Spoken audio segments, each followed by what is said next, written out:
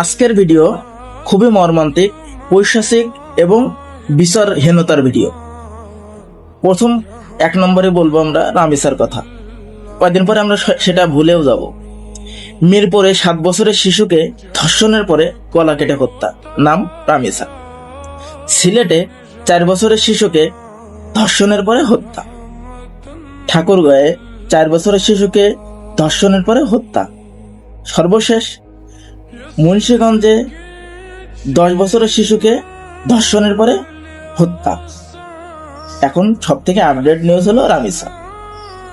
এর দিনটা কিন্তু শেষ, বিচার ব্যবস্থা কমপ্লিট কর, কিন্তু দোষীরা শাস্তি এখনো পায়নি, দৃশ্যমান কোনো শাস্তি হয়নি, তাদের ফাঁসি হয়নি বা মাজা পর্যন্ত পুঁতে পাথর দিয়ে হত্যা করা হয়নি।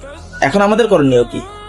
আমার ব্যক্তিগত মত অনুযায়ী যদি দেশে এরম ধরনের কর্মকাণ্ড ঘটে, কোনো ধরনের কোনো কিছু ঘটে, আইন নিজের হাতে উঠিয়ে নিতে হবে। কারণ আমাদের বিচার ব্যবস্থা আসলেই অন্ধ হয়ে গেছে, পুলিশি ব্যবস্থা আসলেই অন্ধ হয়ে গেছে। এই কারণে যেখানে যেটা ঘটবে সেখানে জনগণ নিজের হাতে আইন উঠিয়ে নেবেন এবং নিজেদের মতো শাস্তি প্রদান করবেন।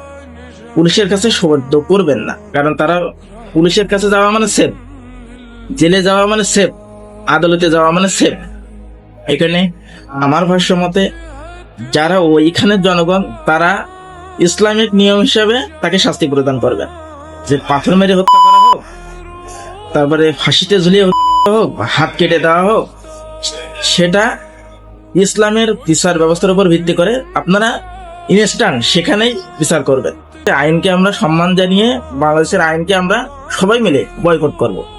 কারণ যেখানে বিচার হচ্ছে না, দেখেন রামিসার বাবা, তিনি কিন্তু বিচার চাচ্ছে না। মানে কত বড় ক্ষোভ মনে, এর আগে যেগুলো হয়ে গেছে তাদের বিচার হয়নি, আমার মেয়েরও হবে না, যার কারণে সে বিচার চাচ্ছে না। এটা আমাদের উচিত আইন নিজের হাতে উঠিয়ে নেওয়া এবং নিজেদের মতো করে শাস্তি প্রদান করে। পরে যেটা হবে হবে, দেখা যাবে। যদি আমার এই কথার ভেতরে কোনো ভুল ত্রুটি হয়ে থাকে অবশ্যই সংশোধন করবেন এবং ক্ষমা সুন্দর দৃষ্টিতে দেখবেন। আর এই ছবিগুলো দেখে বিশেষ নজর দিয়ে তারপরে কমেন্ট করবেন।